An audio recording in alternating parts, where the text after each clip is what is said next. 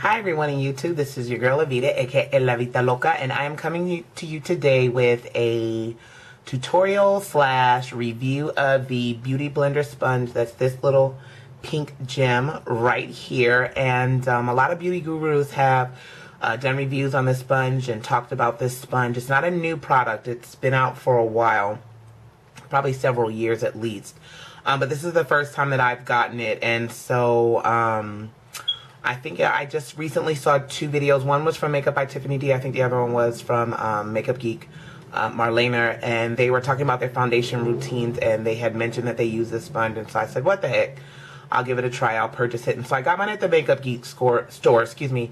If you buy one sponge, I believe it's like $18, and if you buy two, I think it was like at the Makeup Geek store, that's makeupgeek.com, I think it was maybe like 23 bucks, because with the shipping and everything I paid 28, so I don't think it was more than $23, so I think the shipping was something around like 5 bucks or something like that. So it's definitely more of a bargain to get two than to get one. So I got the two, and you use the sponge wet. So this is what it is, what it looks like wet, and this is what it looks like dry. So you can see there's a slight variation in the size a little bit, and so I'm just gonna show you how I put this on, how I use this to apply my foundation, and then I'll give you my opinion about the sponge as a whole. So I've already primed my face with the Benefit Professional facial primer. I just picked that up recently, so I don't have any makeup on my face right now. I'm completely bare, and I'll be doing a separate review about that. I'm not really sure how I feel about it yet because I haven't used it that much, but let me just get started. So what I do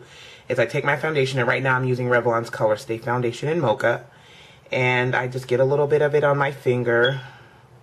Mine is kind of running out, so it's taking me a little while.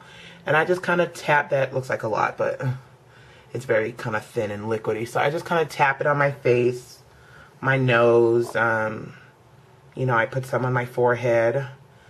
Let me just kind of do that really quickly.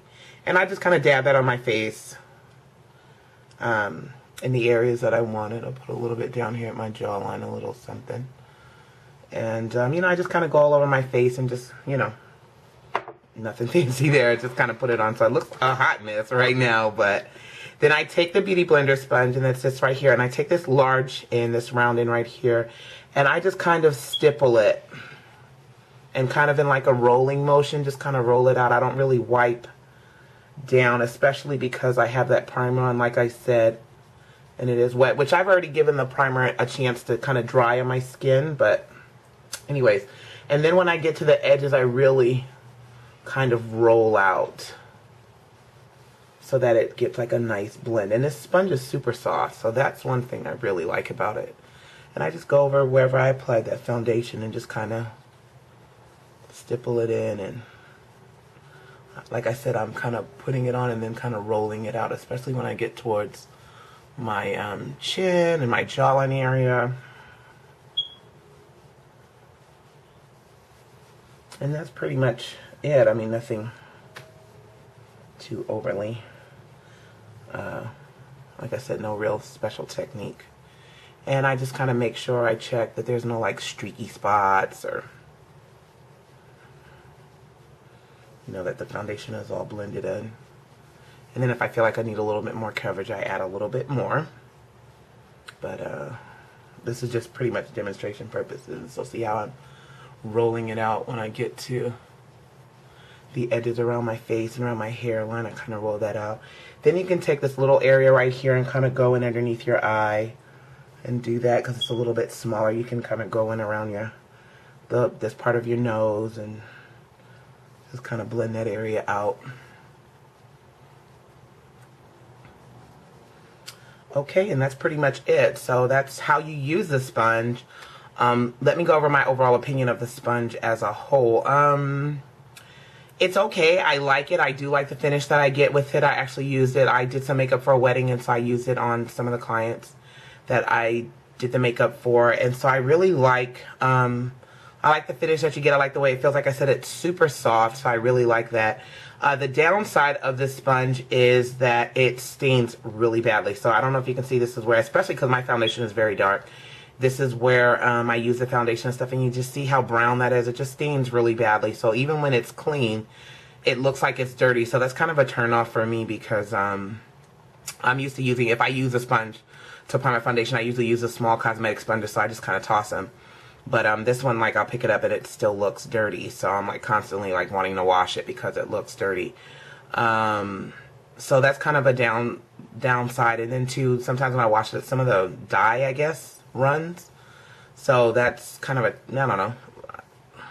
I'm sure that'll stop after usage, but and then other than that, there's nothing, you know, wrong. It doesn't smell weird. You know, it does give a nice finish. Like I said, it's super soft, and so I really like that about it. But I guess what I would have to really say about it is it a product that I would recommend? I guess. I mean, I like it. I've been using it to apply my foundation, and so I like it as a product. But to me, it's one of those types of things that if you're not really that into makeup, or, you know, you're just not a gadgety person when it comes to makeup, you can kind of skip this. You know what I mean? I don't really feel like it's something, oh, you have to have it. Everyone has to have it. I don't really see it doing anything more than what you could probably do with your fingers or a foundation brush or something like that, and you can obviously use those for a lot cheaper.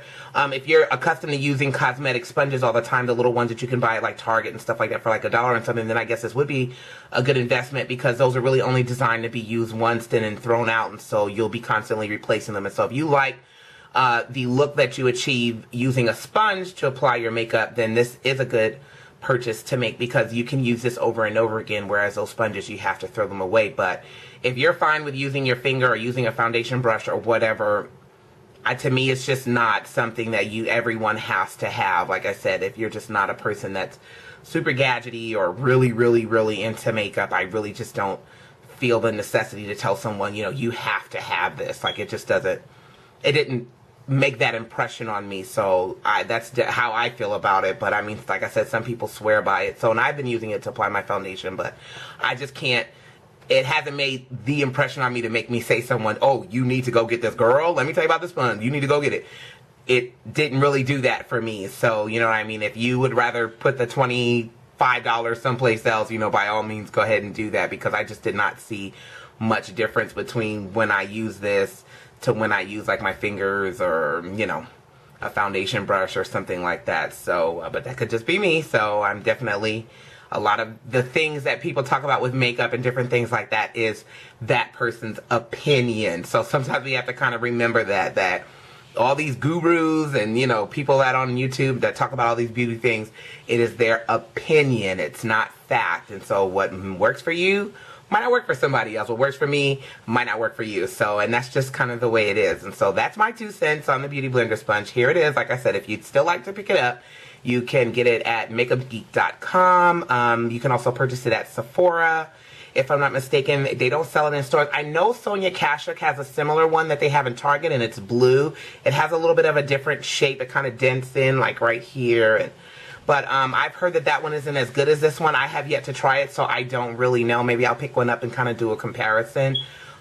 See if, you know, they really work. But this is I got this one, so this is the one that I had. So anyways, I hope you like that. I hope that was helpful, and that helped you to make a decision about whether or not you want to go pick this up or not. And so, as always, stay fabulous, and I will talk to you guys soon and be uploading more videos. And so, stay tuned. Bye.